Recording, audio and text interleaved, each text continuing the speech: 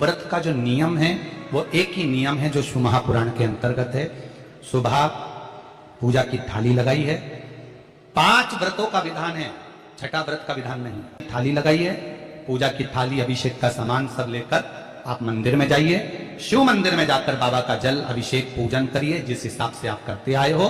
पूजन की थाली में सामान उतना रखना जो शाम को भी आपके साथ चला जाए, अलग से नहीं रखना पड़े। अलग से केवल शाम को दिए रखो, जल रख लो थोड़ा सा, और बाकी का जो मिष्ठान आप तैयार करोगे बस वो, बाकी का चंदन नबीर गुलाल ये सब सुबह की थाली का रखिए। थोड़ा फल जो भी, सुबह पूजन करो, बाबा का निवेदन करो, घर आ जाओ, थाली को ढक कर रख दीजिए। शाम को जब जाओ कोई प्रसाद उतना ही बनाओ जितना भगवान के लिए बना रही हो। ये नहीं कि खीर ज्यादा बना ली तो आधी हम यहाँ ले जाएं और आधी घर के लिए छोड़ दें, नहीं, उतना ही बनाओ जितना भगवान के लिए जाएगा, जिसमें से 3 हिस्से हों। एक पात्र में भरकर ले जाओ, दोने ले जाओ, कटोरी ले जाओ, प्लेट ले जाओ, जो तुम्हारी मर्जी पड़े, कागज ले जाओ, जो तुम्हारा मन पड़े वो ले जाओ। 6 दिए लेकर जाओ, बाबा के मंदिर में जाकर पूजन अर्चना करो। शाम को अभिषेक नहीं करना है, केवल छींटा देना, थोड़ा सा जल जो बचा हुआ है उसमें से थोड़ा थोड़ा छींटा देकर, जल का थोड़ा सा छींटा देकर पूजन आदि कर कर, जैसी पूजन सुबह करी वैसे ही भाव से पूजन करो। 5 दिए थाली में से नीचे रख दो, छठवा दिया भी नीचे उतार दो थाली में से। 5 दिए लगाना जब प्रसाद के 3 हिस्से पूरे कर दो, प्रसाद के 3 हिस्से रख दो नीचे, फिर दिए लगा दो 5। एक दिया उठाकर जिसको जलाया नहीं है वापिस अपनी थाली में 5 दिए प्रज्वलित कर कर बाबा को निवेदन कर दो। बाबा आज मेरा पहला पशुपति व्रत है, इसको स्वीकार करना। दिल से बाबा इस कार्य के लिए मैंने करा है, इसको स्वीकार कर लेना। बहुत सुना बाबा पशुपति व्रत में कर रही हूं, मैं भी पूर्व में ना जाने कितनी योनियां ली होंगी, कौन सा मैंने बेकार कर्म करा होगा जो आज मुझे दुख भोगना पड़ रहा। इस दुख को आप मिटा सकते हो क्योंकि आपका नाम पशुपति नाथ है। आप इसको विनय करो, बाबा से विनती करो। एक दिया, एक प्रसाद का हिस्सा थाली में लेकर आ जाओ, बाबा को निवेदन कर कर, बाकी का वहां छोड़कर एक दिया, एक प्रसाद का हिस्सा लेकर आ जाइए। एक दिया, एक प्रसाद का हिस्सा लाए, घर के अंदर प्रवेश करते समय सीधे हाथ की ओर बैठकर, अपने घर की ओर मुख कर कर सीधे हाथ की ओर उस दिए को घर के बाहर प्रज्वलित कर दो। भगवान से विनती करो, भोलेनाथ आप मेरे घर में प्रवेश कर कर मेरा कार्य सिद्ध करें। बाबा को निवेदन कर कर अंदर जाइए। भोजन करने से पहले जो मीठा है, एक हिस्सा प्रसाद का है, उसको खा लीजिए।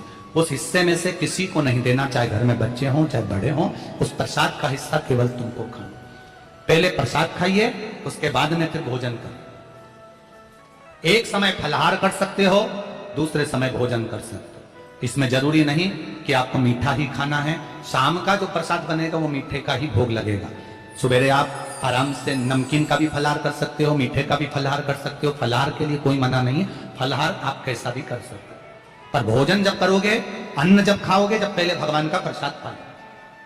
4 पशुपति व्रत पूर्ण हो, बीच में अगर कहीं रजस्वला धर्म आ गया, आपको पूजन नहीं करना है, घर में कोई सूतक सावड़ आ गया, या कोई व्रत फंस गया, एकादशी आ गई, या कोई व्रत आ गया, तीज आ गई, चतुर्थी आ गई, जिसका व्रत करते हुए आए हो, तो पशुपति व्रत उस दिन मत करो, फिर अगले सोमवार कर लेना।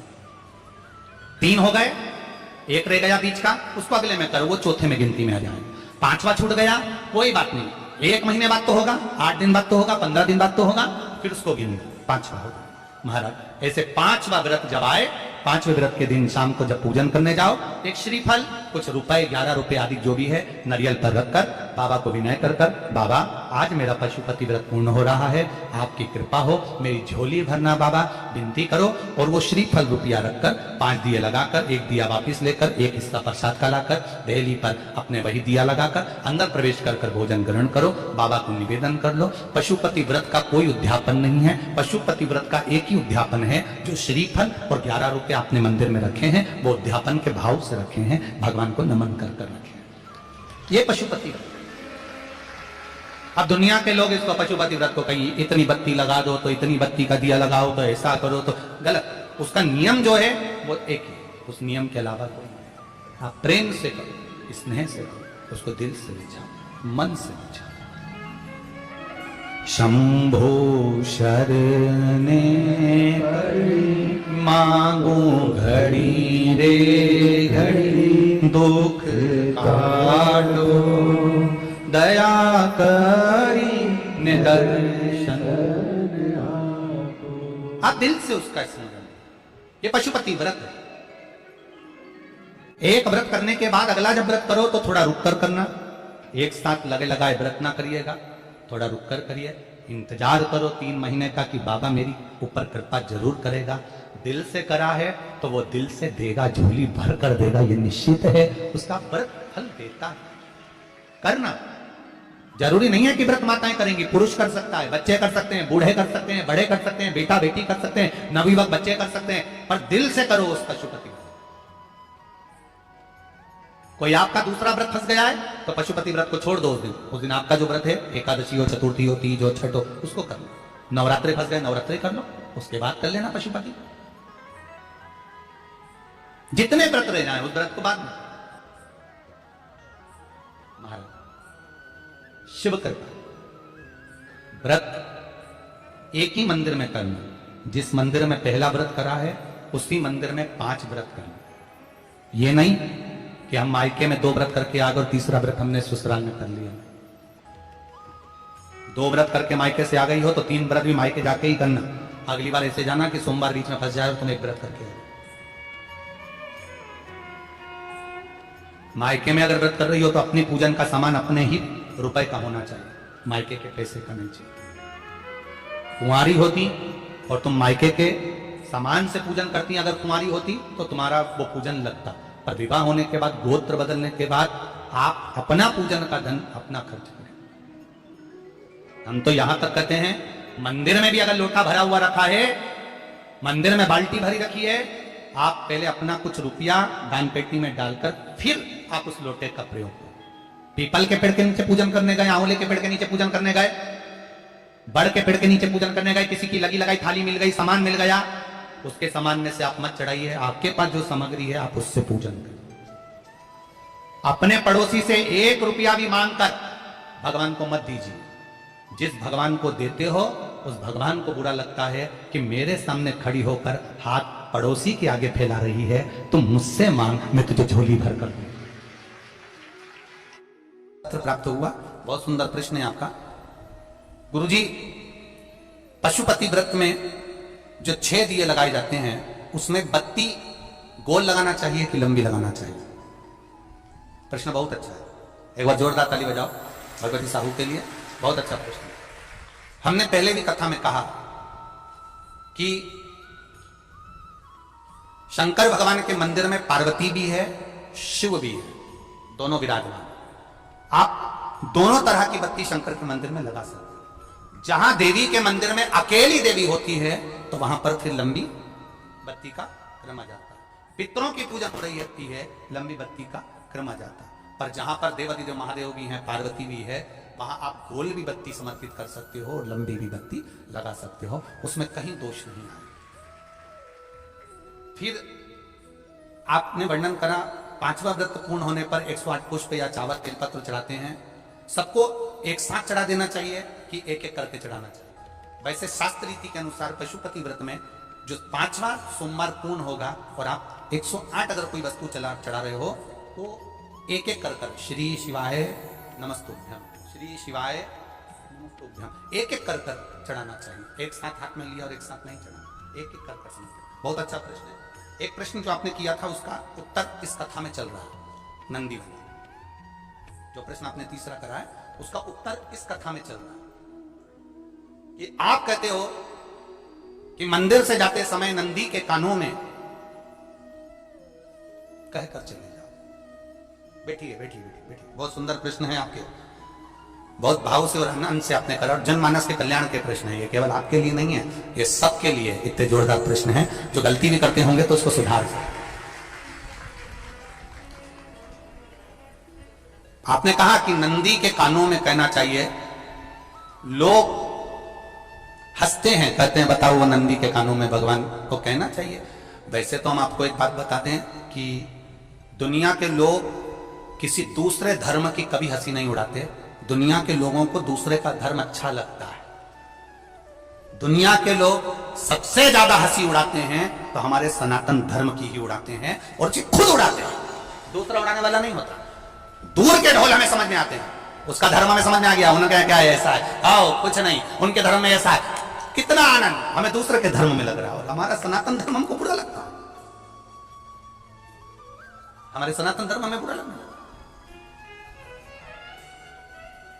अरे भाई, लोग कहते हैं कि नंदी के कान में कहते हो, ये कोई हमारे पुराणों में या शास्त्रों में लिखा है?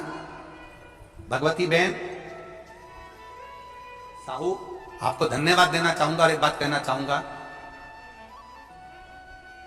जितनी भी शिव महापुराण के अंतर्गत चाहे उपाय जो बताए जाते हैं कि बेलपत्री ऐसे चढ़ाना, काली मिर्च ऐसे चढ़ाना, चावल ऐसे चढ़ाना, धतूरा का क्या महत्व है, शमी के पत्ते का क्या महत्व है, बेलपत्री के पत्ते का क्या महत्व है, ये जितनी भी बातें बताई जाती हैं ये सब पुराण के अंतर्गत से बताई जाती है।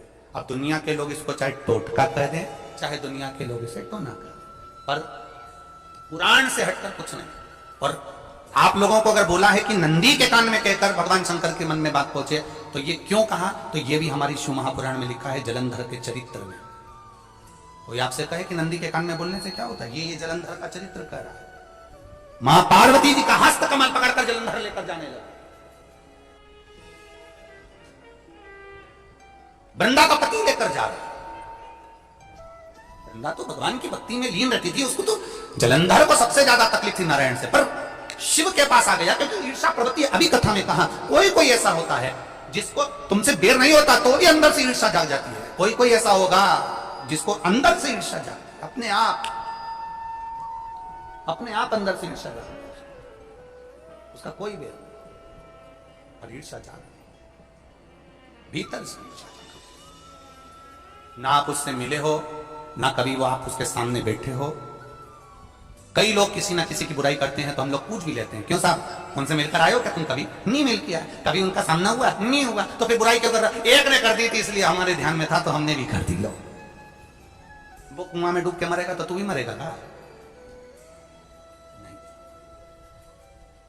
नंदी सामने बैठा है, गणेश जी को मालूम पड़ गया, कार्तिकेय को मालूम पड़ गया, मां पार्वती जी का हस्त कमल जलंधर ने पकड़ लिया और लेकर चला, मालूम पड़ तब नहीं रहा गया। गणेश जी को क्रोध आ गया और गणेश जी महाराज आए, शिव जी को जगाने लगे, पिताजी पिताजी पिताजी कर जगाया, उठो पिताजी, पिताजी उठिए, पिताजी जागिए, पिता को जगा रहे। भगवान शंकर नहीं उठे, तप में लीन थे। क्या करें हम, जलंधर के पास में इतना बल है, इतना बल है, और पिता की आज्ञा नहीं होगी तो हम कैसे मार देंगे उसको? मारने को तो मार दें। मां ने आज्ञा करी थी कि जलंधर उसको तारकासुर को मार दो, तो कार्तिकेय ने तारकासुर को मार दिया। शिव जी की आज्ञा नहीं तो हम उसको कैसे मारें? क्या करें? सब कुछ गणेश जी ने देख लिया, शंकर जी के ऊपर बहुत बहुत बहुत बहुत प्रार्थना कर कर देख ली, पर शंकर जी नहीं जागे। तब आखिरी में विनायक ने, गणेश ने, जितनी लोग आस्था चैनल पर कथा सुन रहे हैं, जितने लोग फेसबुक यूट्यूब पर कथा सुन रहे हैं, इस बात को याद रखना कि नंदी के कान में कहने से क्या होता है, वो ये इस कथा से सीख लेना। आखिरी में गणेश जी को लगा, किसको कहूं, शंकर जी भी तप में हैं, नंदी भी तप में है, मैं किसको कहूं? शिव जी को कह के कर थक गया, पिताजी को बोल बोल कर थक गया, पिताजी जाते हैं, अब मैं किसको कहूं ये बात, किससे कहूं?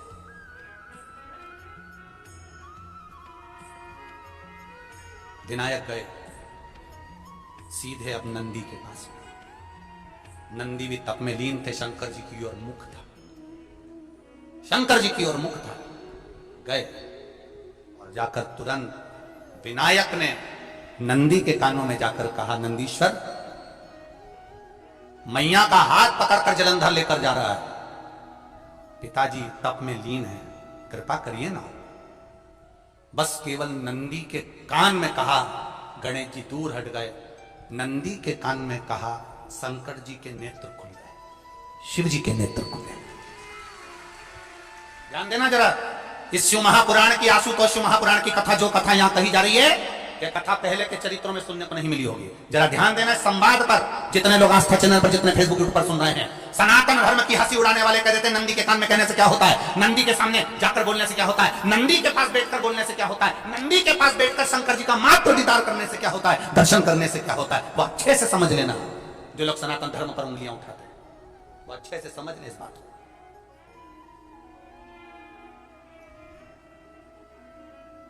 क्या होता है, नंदी तप में लीन, शिवजी तप में लीन, शिव नहीं उठ रहे, विनायक ने नंदी के कानों में जाकर कर दिया, नंदी के कान में जाकर कहा, नंदी के नेत्र नहीं खुले, नेत्र किसके खुले, जम के बोलो, महादेव के खुले, शिव जी के खुले।